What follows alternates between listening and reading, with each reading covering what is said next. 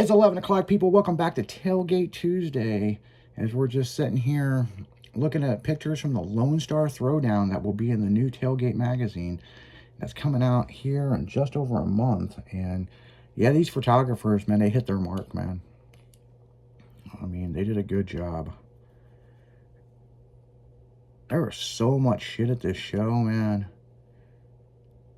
Man, I don't know.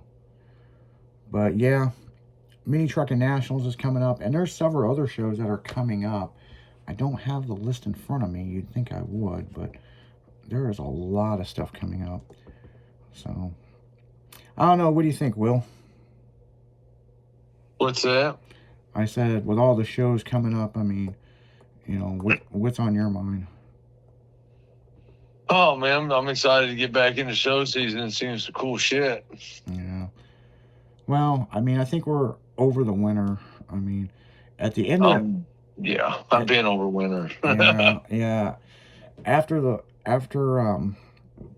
this last show season, towards the end, I was just burnt out, man. I was just done. I was like, we'll make a couple more appearances with the truck and tell the story about Orangey. And it is Orangey's an interesting truck because it is a new era barn find, Right. And shit. Yeah. The history of it, and it was never a famous truck. Nobody had ever seen it. And I like when I'm at a show and people's like, well, I saw this at Camp and Drag. I saw this, and then no, you haven't. Right. No, we know. Time capsule. Yeah, we know the whole story. It was never a famous truck. It could have been. That truck could have been a cover truck. Oh hell yeah! But it's been hidden away for so long. Yeah, I mean, it was built in Idaho by a small shop, and then it went to Chicago, where it set its life in a audio shop showroom. And then it got sold to one of the employees after the business shut down. And that guy drove it 3 times in 7 years because he was scared he'd scratch the paint. And I don't blame him, man. That's a pretty neat paint job. Yeah. All house of color, everything airbrush, beautiful fucking truck. And then, then the next thing is, and this is the guy's wife wanted it out of the garage, and she wanted a new convertible, and that's the reason why the whole thing even come up for sale. And of course, it showed up in my news feed. I sent it to a club member that you always got this one guy. It's like, buy me this, buy me this, buy me this. And right. Like, dude, go out and get a fucking job. and Will was with me. We actually thought the truck was red. Yeah, I did. I thought that's what I thought. But I am colorblind, so I've got an excuse. But yeah.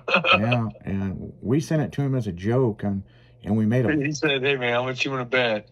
He's going to say, buy that for me. And it wasn't like 2 minutes later, oh, you're going to get that and buy it for me? Yeah. Will you buy that for me, Daddy? That's what it said.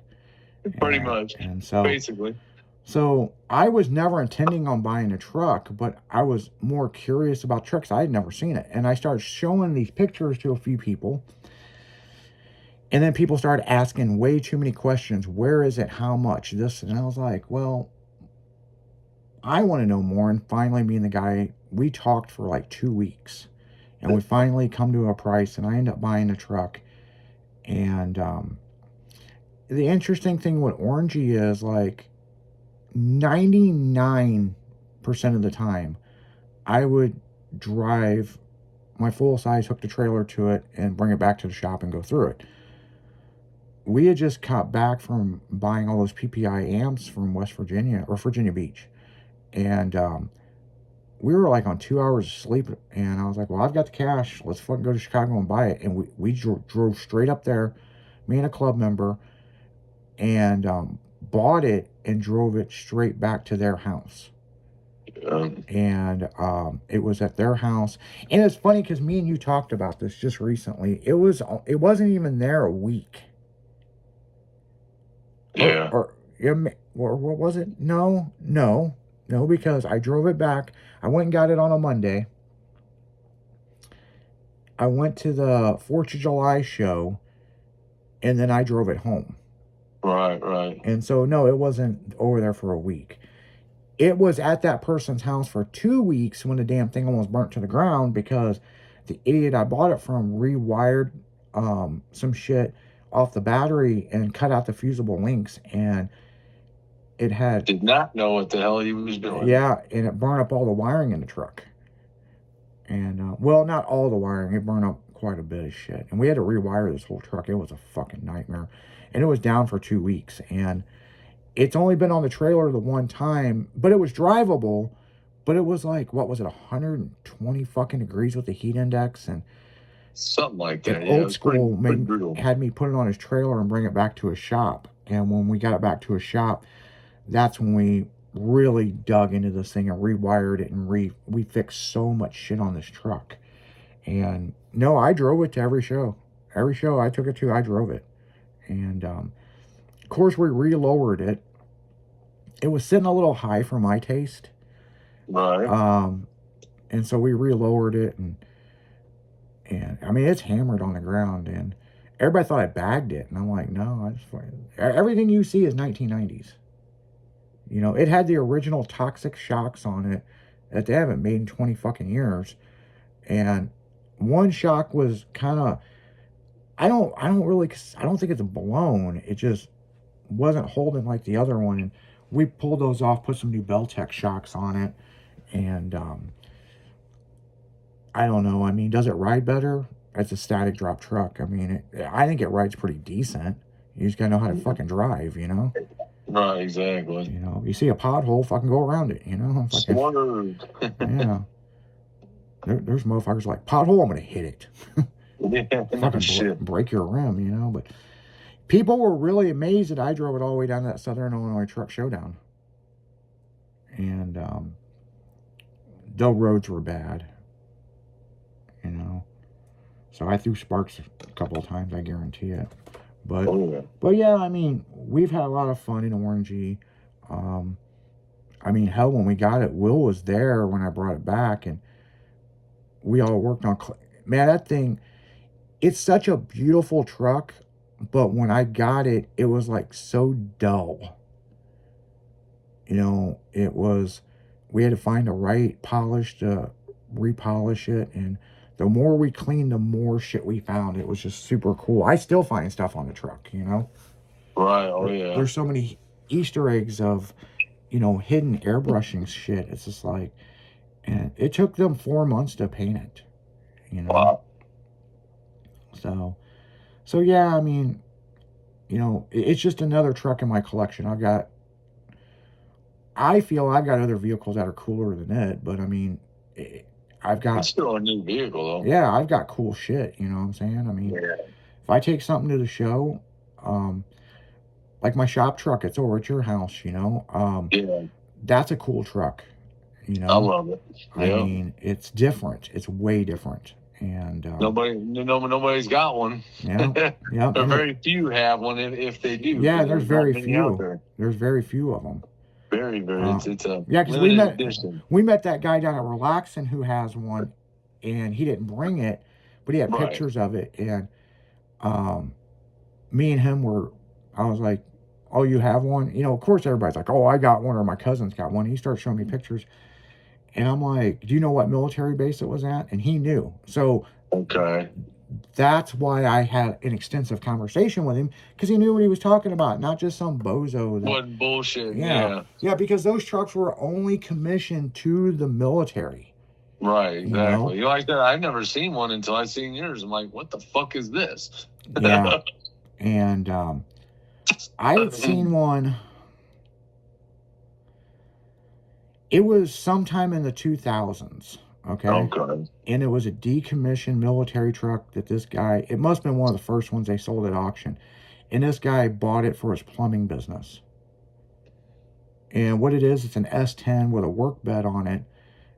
Like a full size, but it's an S10. And it was truly built like this. And he had it for his plumbing company. And I was like, man, that thing would be so dope if it was slammed. Right. And it's a bucket list vehicle. And I kept looking and looking and looking and looking. And it's crazy because it got to a point where I was looking so hardcore for one of these. The week before I bought that truck, I almost went to Texas to buy one without a motor and transmission for 10 grand. Oh, wow. And I'm glad I didn't buy it, because that truck had rust issues and all kinds of stuff.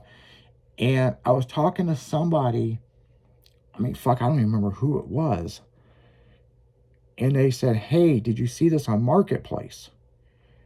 And come find out it's a guy that I know. I didn't even know he owned the thing. Mm. And I called him. I remember I was on my way home from the shop,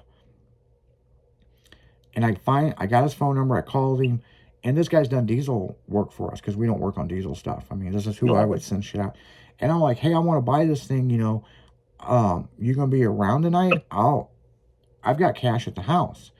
And he goes, "Here's the thing. I promised it to a guy about an hour ago. And he's supposed to be here in the morning. And I told him, if you're not here by 10 o'clock, I'm not wasting my time." "Oh, I'll be there. I'll be there."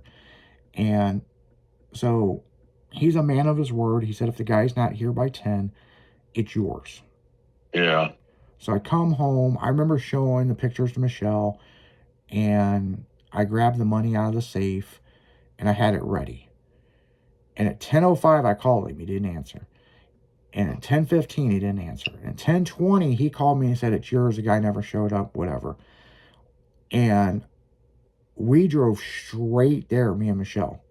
Oh, nice. And as soon as we got there, I went to hand him the money, and he goes, "Well, let me make sure this is what you want. I got a new battery in it, this and this." And I said, "Well, that's cool, you know." And I was ready to give him what he wanted. And he come back and said, "Well, since I know you, I'll give it to you for this price because I know what you're going to do to it. You're going to make something cool out of it." It was way Yeah. cheaper than the money I had in the bag. Oh, nice. So, so I had Michelle go order the truck and pull that extra money out that obviously he didn't want. You know what I'm saying? Yeah. And he's like, "You're going to have to get gas in it because I don't think it's got any gas in it." And it didn't. And we coasted. We went like 4 blocks down and coasted into this fucking place to get gas. And of course, it was stock, and everybody's looking at it. And I'm just like, wow. But I remember driving it back to the shop. The rear shocks were blowing on it. And we were on 44. And you've been on 44 where you come up. It's like by St. Peter's, and it makes that big turn where those big oil tanks are. Yeah. And I Yeah. swear to God, I swear to God, I thought the truck was on three wheels. It was three-wheel motion Oh, because shit. like I could literally hear the rear bumper drag. Wow. And Michelle calls me, and she's like,